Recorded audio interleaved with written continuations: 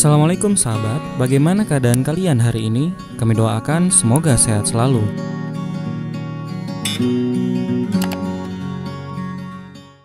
Bapak-bapak, ibu-ibu yang dirahmati Allah, bagaimana strategi Yahudi untuk menciptakan negara Israel itu? Dia rekrut satu orang, dia hancurkan, dia runtuhkan Al-Hadrah Islamiyah ini, peradaban Islam. Bagaimana caranya? Memotong akar khilafah Islamiyah. Pada saat terakhir adalah Turki Utsmani. Diadakan perang salib episode pertama kurang lebih 200 tahun.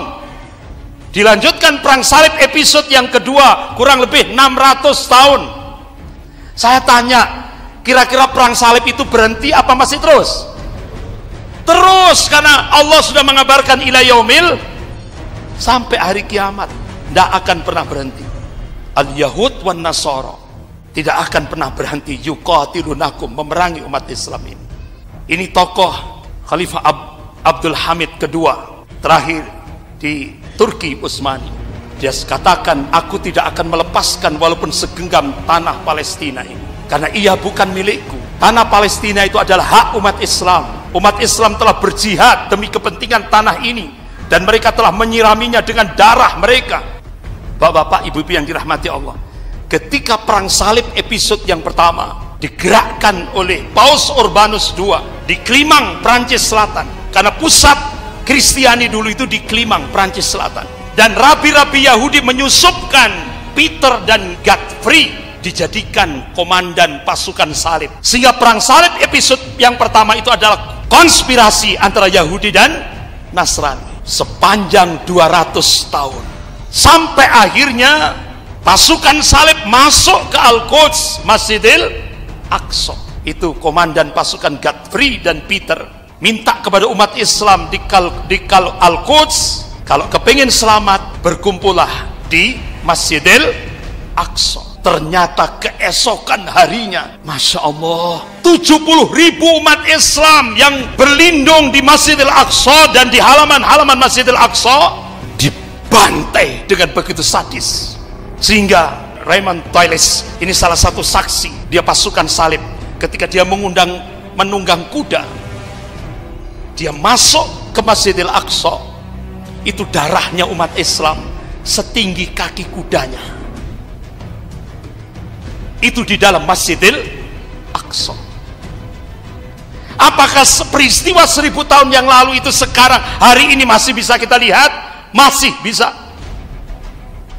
Karena tulang-tulang umat Islam, tulang kepala, tulang semua, tangan, semuanya itu diawetkan di Republik Ceko, kota Sedlec. Di sana ada gereja katedral besar. Jadi di pintu gereja katedral itu, tulang-tulang umat Islam yang peristiwa pembantaian yang ada di Al-Quds dipajang sampai hari ini. Begitu masuk penuh sesak dengan tulang-tulangnya umat Islam. Akhirnya ada wartawan tanya, kenapa Anda masih menyimpan tulang-tulangnya umat Islam peristiwa 1000 tahun yang lalu, masih diawetkan di gereja katedral di kota Sedlec, namanya gereja Tengkorak? Apa jawabannya? Kami bangga telah membantai 70.000 umat Islam di Al-Quds, Masjidil Aqsa. Akhirnya pasca pembantaian itu, Masjidil Aqsa dikuasai oleh Yahudi dan Nasrani sepanjang 88 tahun. Tempat sholatnya Rasulullah SAW ketika beliau di Isra, subhanalladzi asra bi'abdihi ilaina minal masjidil haram ilal masjidil aqsa. Di sanalah tempat sholat Rasulullah pertama kali ketika beliau di Isra dan Mi'rajkan. Di sana ada mihrab Nabi Zakaria. Selama 88 tahun oleh orang Yahudi dan Nasrani digunakan sebagai kandang kuda, sehingga setelah 88 tahun Allah memunculkan Salahuddin Al-Ayyubi rahimahullah. Peperangan itu dimenangkan oleh kaum muslimin, dipimpin oleh Salahuddin Al-Ayyubi rahimahullah. Sempat sholat Jum'ah tertunda lama karena membersihkan kotoran-kotoran kuda.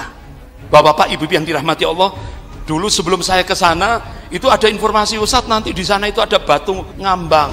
Enggak, Pak.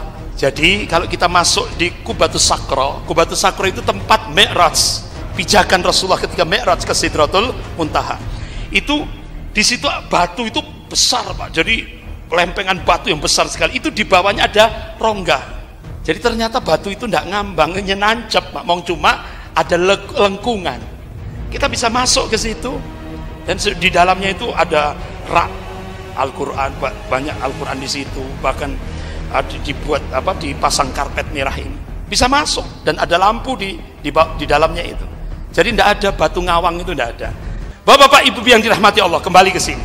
Jika daulah khilafah Utsmaniyah dimusnahkan pada satu hari, maka mereka boleh mengambil Palestina tanpa membayar harganya. Akan tetapi selama aku masih hidup, aku lebih rela menusukkan pedang ke tubuhku daripada melihat tanah Palestina dikhianati dan dipisahkan dari daulah Islami Utsmaniyah. Ini perjuangannya luar biasa orang-orang Yahudi.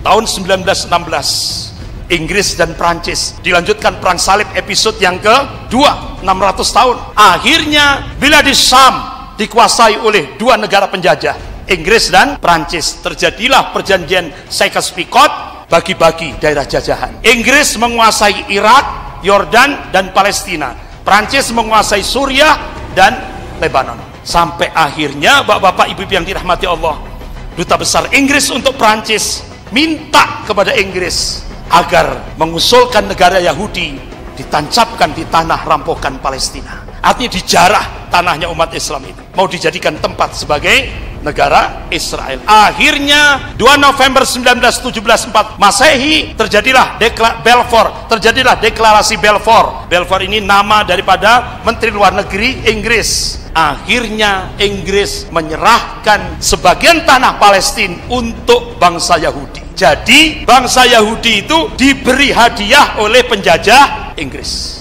ngerampok gitu Pak, istilahnya gitu. Sampai akhirnya tepat 1948 Masehi berdirilah negara Israel yang dimotori oleh Ben Gurion. Ini Perdana Menteri pertama kali Israel.